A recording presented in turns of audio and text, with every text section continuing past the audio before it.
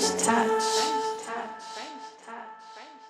m'appelle Pierre-Arnaud Grenade, j'ai la chance de diriger l'entreprise Bash aux côtés des deux fondatrices, Barbara Bocara et Sharon Krief, ainsi que leur actionnaire historique, Dan Arwas.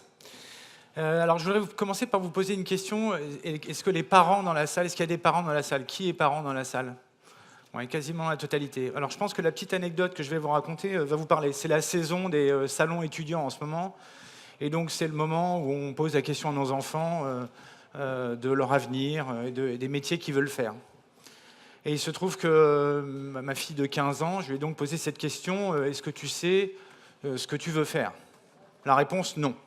Je pense de ce point de vue-là que je me situe dans la moyenne des parents. D'ailleurs, à son âge, je ne savais pas bien ce que je voulais faire non plus.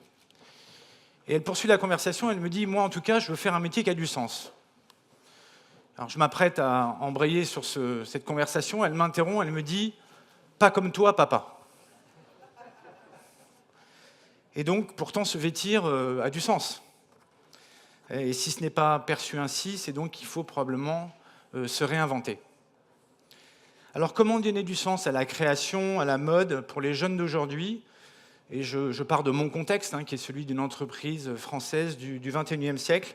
C'est un peu ce que je voulais partager avec vous aujourd'hui. Toutes nos marques, nos créations françaises, en fait, elles embarquent, selon moi, et je pense que ça a été dit avant moi, un double héritage français. Un héritage qui tourne autour de l'art de vivre, et un deuxième héritage qui tourne autour de la capacité à influencer le monde sur des valeurs fondamentales, cardinales.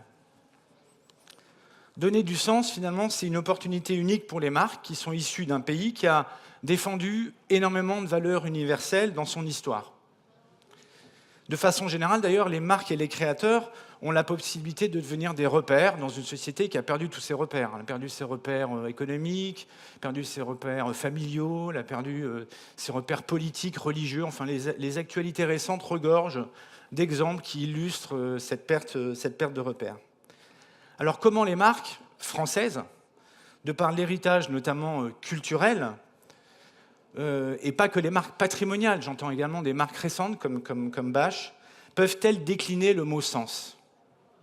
C'est-à-dire donner du sens, montrer le sens et parler au sens.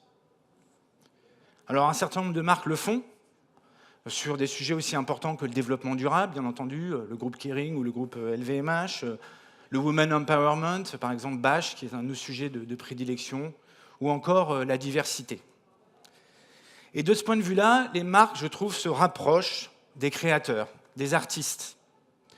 J'ai fini de lire, je vous la recommande d'ailleurs, la bio de Patti Smith, désolé, elle n'est pas française, mais cette petite phrase m'a beaucoup plu. « Ma préférence va à l'artiste qui transforme son temps plutôt qu'à celui qui se contente de le refléter. » Probablement que les marques doivent plutôt réfléchir à transformer leur temps. Alors c'est un sujet de fond, mais c'est aussi un sujet de forme. Il faut parler au sens. Quand nous avons créé notre filiale aux États-Unis en 2017 avec Bash, nous avons fait un voyage. C'était un peu le démarrage de notre rêve américain. Et j'ai été frappé de voir que des marques de lunettes, de rasoirs ou de matelas avaient plus d'écho que des marques iconiques, en tout cas pour moi, venant d'Europe américaine. C'est donc que les communautés ne réagissaient plus aux mêmes choses, plus aux mêmes inputs. Et ça s'est évidemment accéléré pré- et post-Covid.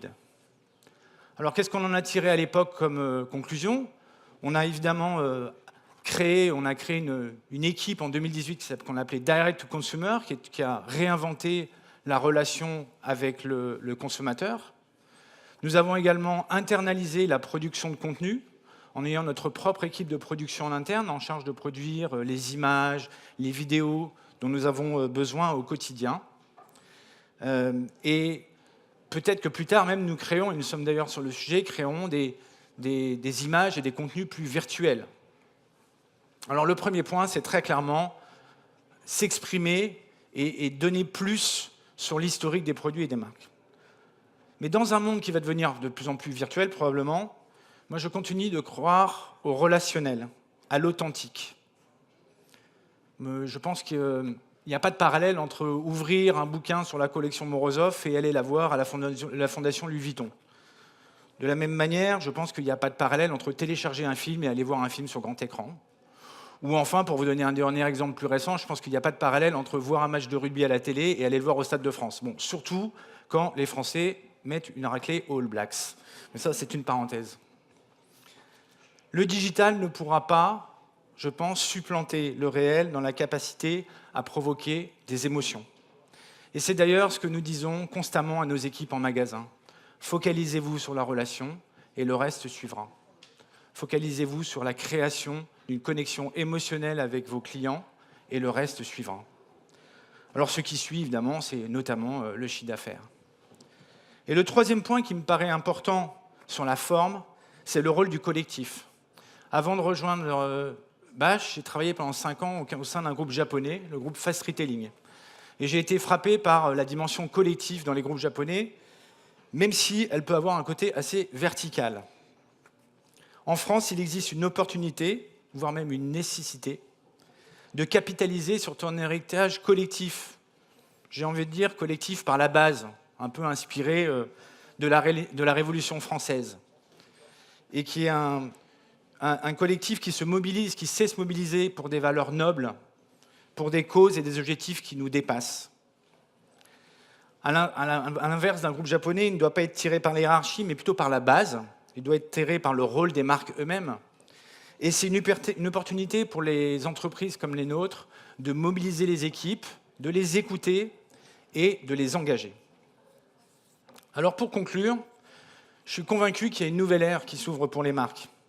D'abord, il y a une ère de lien entre les marques qui ont besoin de créer de l'expérience, qui ont besoin de donner du sens, et les artistes qui ont souvent les deux, mais qui manquent parfois d'écho.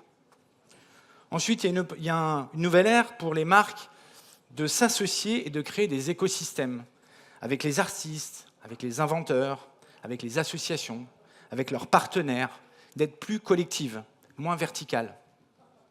Et enfin, il existe une opportunité, une nouvelle ère pour les marques pour savoir s'émanciper de leur métier et faire partager leur profondeur. Et qui mieux que les marques françaises sont mieux placées pour cela? Je le vois avec bonheur, avec Bash, et ceux dans le monde entier, sur le sujet, comme je disais, de l'empowerment au féminin. Je pense que c'est mon credo, en tout cas personnel et professionnel. Comme vous le savez, j'ai développé plusieurs marques françaises à l'étranger.